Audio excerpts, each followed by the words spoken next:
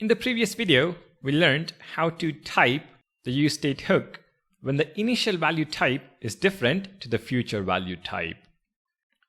We specified that the state type can be null or auth user. But when we do specify null as one of the possible values, we always have to make a check in our code that user is not null before accessing the properties. This, of course, is the right thing to do, but sometimes you, as the developer, would know that user would be set to the correct value very soon after the component mounts and will never be null in the future. For example, you would set the user in the useEffect hook, and let's also assume you cannot log out.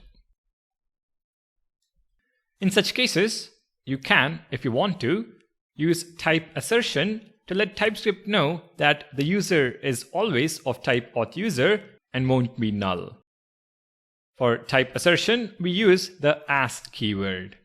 So instead of null or auth user, we can specify just auth user, and for the initial value, we set an empty object as auth user.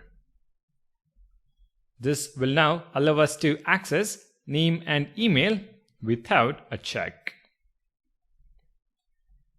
So user.name and user.email without the optional chaining operator. What we're doing is basically telling we know better than the compiler.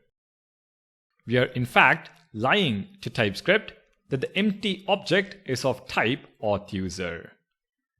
If you're confident that user will be initialized soon after setup and will always have a value after, you can use Type Assertion like we have seen here.